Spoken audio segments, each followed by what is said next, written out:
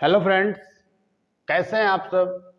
आज हम इस वीडियो में with, by, from, to, since और फॉर ये 6 प्रीपोजिशन के बारे में बताएंगे कि इन 6 प्रीपोजिशनों का अर्थ क्या होता है, वह इनका प्रयोग कहाँ करते हैं, वह इन प्रीपोजिशन को कहाँ पे लगाते हैं। यही प्रीपोजिशन, जबकि इन सभी प्रीपोजिशन का प्रयोग, वह जितने प्रीपोजिशन है कक्षा 10 के बोर्ड एग्जाम में, वह जब हम इंग्लिश ग्रामर ट्रांसलेशन करते हैं तब इन सभी प्रीपोजिशन की ही दिक्कत आती है, क्योंकि एक ही शब्द की, एक ही हिंदी शब्द की कई कई मीनिंग होती हैं और कौन सी मीनिंग पर कहाँ पर क्या लगाएं, कहाँ पर क्या नहीं लगाएं, इसे यही बार दिमाग में डाउट करती हैं। तो इस डाउट को दूर करने के लिए, इसको क्लियर करने के लिए आप वीडियो को अंत तक जरूर देखें। और इस वीडियो के माध्यम से हम ये बताने वाले हैं कि ये with, by, from, to, since और फॉर, इन सभी शब्दों का अर्थ एक होता है। क्या होता है? से। विद माने भी से होता, बाई माने भी से होता, फ्रॉम माने भी से होता, टू माने भी से होता, सिंस माने भी से होता और फॉर माने भी से होता। अब बात यह है, जब इन सभी का अर्थ से होता है तो कहां पर से हो तो विद लगाएं, कहां पर से हो तो बाई लगाएं, कहां पर से हो तो फ्रॉम और टू, सिंस और फॉर, सब आखिर कहां लगाएं। बस यही समझना है कि हम कब से का हो तब का लगाएं। तो देखिएगा, एक एक प्रीपोजिशन को अलग अलग तरीके से विस्तार पूर्वक समझिएगा। जैसे विद, यानी विद हम जब कब से हो विद लगाएं, जबकि विद माने साथ होता, बाई माने द्वारा होता, फ्रॉम माने से होता, टू माने को होता, सिंस माने चूंकि या फॉर या समय के लिए प्रयोग करते हैं। अब हमें सीखना है प्रीपोजिशन में ये हम कब और कहां और कैसे इनका प्रयोग करते हैं, with, by, from, to, since और फॉर। तो वीडियो को अंत जरूर देखें और यहां समझें कि अब समझे विद का प्रयोग हम कहां करते हैं। विद का प्रयोग हथियार या औजार के साथ, जब कोई कार्य किसी हथियार से या किसी औजार से, या हम कह सकते हैं जब कोई निर्जीव वस्तु के साथ कार्य संपन्न हो, कोई निर्जीव से कार्य संपन्न हो, तो हम वहां पर विद का प्रयोग। हम एक उदाहरण भी दिए हैं, उदाहरणों के माध्यम से और आसानी समझ सकते हैं। तो जैसे देखिए यहाँ पर पहला उदाहरण कि उसने चाकू से उंगली काटी, तो उसकी जो उंगली कटी वो किससे कटी? चाकू से। चाकू बताओ कोई यंत्र है, औजार है, कोई यात्रा के लिए कहा जा रहा है, मिलने के लिए कहा जा रहा है? नहीं, बल्कि चाकू एक हथियार है या कोई एक यंत्र है। जब कोई कार्य किसी यंत्र से संपन्न हो तब वहां पर हम प्रीपोजिशन विद का प्रयोग करते हैं। जैसे उसने चाकू से उंगली काटी, ही कट फिंगर। अब यहां पर अगर समझे कि हम बाई लगाएं कि उसने चाकू द्वारा उंगली काटी, नहीं, यहां पर यही बात ध्यान रखना है कि जब कोई निर्जीव के वस्तु के साथ कार्य संपन्न हो, वो भी हथियार हो या कोई औजार हो, तो वहां पर हम विद का प्रयोग करते हैं। यहां पर क्या लगाएंगे हम? With knife. He cut finger with knife, उसने चाकू से अपनी उंगली काटी।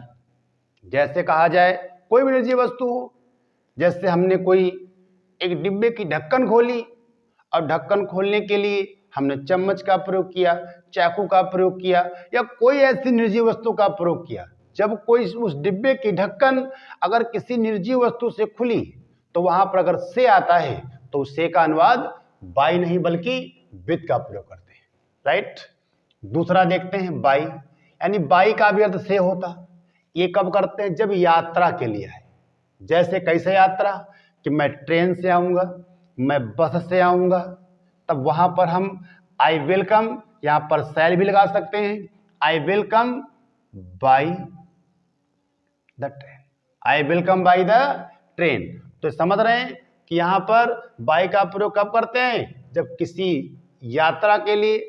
और यहां पर क्या कह सकते हैं? जब कोई सजीव द्वारा कार्य संपन्न हो, जब कोई सजीव द्वारा कार्य संपन्न हो। जैसे कहा जाए कि यह पत्र तुम्हारे भाई द्वारा भेजा गया है, this letter has been sent by your brother, या ऐसा कोई भी शब्द कहा जाए, ऐसा कोई भी कार्य हो वहां पर से हो और वो से किसके द्वारा हो? कोई सजीव द्वारा हो, तो वहां पर हम प्रीपोजिशन बाई का प्रयोग करेंगे। अगला देखते हैं फ्रॉम। फ्रॉम का प्रयोग कब करते हैं कि फ्रॉम का प्रयोग जब कोई वस्तु एक स्थान से दूसरे स्थान को पृथक हो जाए। पृथक को मतलब अलग हो जाए। जैसे पत्ता पेड़ से टूटा, तो पत्ता पेड़ से अलग हुआ। जब पत्ता पेड़ से अलग हुआ तो वहां पर से का अनुवाद किससे करेंगे? फ्रॉम से।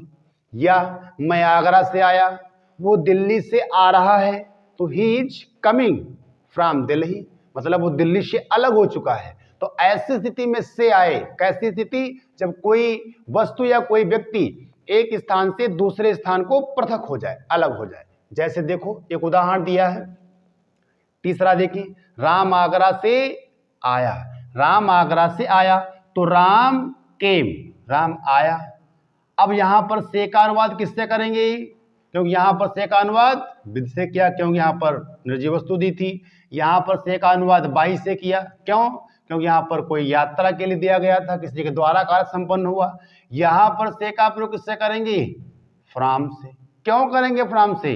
क्योंकि राम आगरा से पृथक हो चुका है, अलग हो चुका है। या कह सकते हैं वो दिल्ली से आ रहा है, तो दिल्ली से अलग हो चुका है, तो he is coming from Delhi. तो इस तरह फ्रॉम का प्रयोग करते हैं। फिर आगे देखते हैं टू।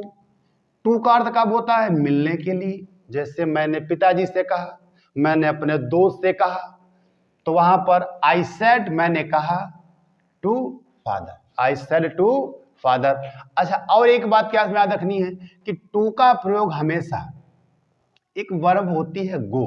गो की चाहे सेकंड फॉर्म हो वेंट, चाहे थर्ड फॉर्म हो गॉन, चाहे फोर्थ फॉर्म हो गोइंग, चाहे फिफ्थ फॉर्म हो गोज। यानी गो क्रिया के साथ हमेशा टू। लेकिन टू कब? जब टू के बाद कोई यहां पर स्थान दिया हो। जब टू के बाद कोई स्थान दिया होगा तब वहां पर हम गो के साथ टू का प्रयोग करते हैं। हमेशा टू लगाते हैं गो के साथ। जैसे मैं स्कूल जा रहा हूं, लिखा तो नहीं, लेकिन I am going to school. यानी जब कभी क्रिया की कोई अवस्था की फॉर्म हो, वहां पर अगर उसके बाद कोई स्थान दिया है तो हमेशा टू का प्रयोग करते हैं। अगली प्रीपोजिशन देखते हैं, सिंस और फार। सिंस और फार का मतलब क्या होता है? इन दोनों का प्रयोग समय के लिए किया जाता है। जब समय हो, वो समय क्या होता?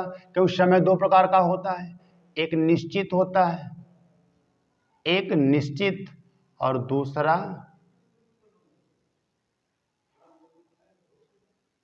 अनिश्चित। तो ये बात समझिएगा, निश्चित के लिए सिंस और अनिश्चित के लिए फॉर। अब निश्चित अनिश्चित होता क्या? जब किसी, समझिएगा, अगर जब किसी कोई दिन, महीना, ऋतु, समय, किसी का नाम दिया हो, जैसे कहा जाए मैं सोमवार से, तो निश्चित, और कहा जाए 2 दिन से, तो अनिश्चित। अगर कहा जाए मैं 2022 से रह रहा हूं, तो निश्चित है। मैं 2 वर्षों से रह रहा हूं, तो ये 2 वर्ष। अच्छा, इससे क्यों, ये ऐसा क्यों होता है कि नाम लेने से निश्चित है, नाम न लेने अगर तो अनिश्चित है? तो जैसे उदाहरण देखिए कि मैं जनवरी से पढ़ रहा हूं, तो मैं जनवरी से पढ़ रहा हूं, तो जनवरी किसी मंथ का नाम है। फरवरी होता, या कहा जाता मैं 2022 से, मैं 1990 से, मैं 1950 से, या कोई समय होता मैं 2 बजे से, 3 बजे से, 4 बजे से, 5 बजे से। तो जब कोई किसी का नाम दिया होता तो वहां पर निश्चित समय होता है, और ऐसे समय के लिए हम किसका प्रयोग करते हैं? सिंस का। तो यहां पर क्या लगाएंगे? I have been reading since January. I have been reading since January. मैं 15 साल से पढ़ा रहा हूं, मैं 15 साल से पढ़ा रहा हूं। तो यहां पर 15 साल, कोई पता ही नहीं कौन साल 15 है। यहां पर कोई, अगर यहीं पे कहा जाता मैं 2010 से पढ़ा रहा हूं, मैं 2005 से पढ़ा रहा हूं, तो निश्चित हो जाता। और यहां पर बताया गया 15 साल, 8 साल, 10 साल, 2 घंटा, 4 घंटा, 5 घंटा, ये सब अनिश्चित समय होते हैं। तो अनिश्चित समय इसका प्रयोग करते हैं हम फॉर का। यानी यहां पर देखिएगा, यहां पर से, यहां पर से, लेकिन यहां पर से का प्रयोग सिंस के लिए, यहां पर से का प्रयोग फॉर के लिए। ऐसा क्यों? क्योंकि निश्चित है तो सिंस और अनिश्चित है तो फॉर। तो आशा करते हैं समझ में आया होगा कि हम जब इन से का अनुवाद विद से, बाई से, फ्रॉम से, टू से, सिंस से, फॉर से, यानी सभी का अर्थ से होता है। जब सभी का अर्थ से होता है तो कहाँ पर से हो तो विद लगाएं, कहाँ पर से हो तो बाई लगाएं। यही प्रीपोजिशन बार बार हमारे माइंड को डिस्टर्ब करती हैं। तो आशा करते हैं अगर वीडियो समझ में आया हो तो इसको लाइक और कमेंट और सब्सक्राइब जरूर करें और शेयर करें अपने दोस्तों के साथ, ताकि सभी फ्रेंड आपके इस प्रीपोजिशन में कोई डिस्टर्ब ना रहें और समझें और पढ़ें आगे तक। और मिलते हैं आपको हम अगले वीडियो में एक नई प्रीपोजिशन के साथ। धन्यवाद।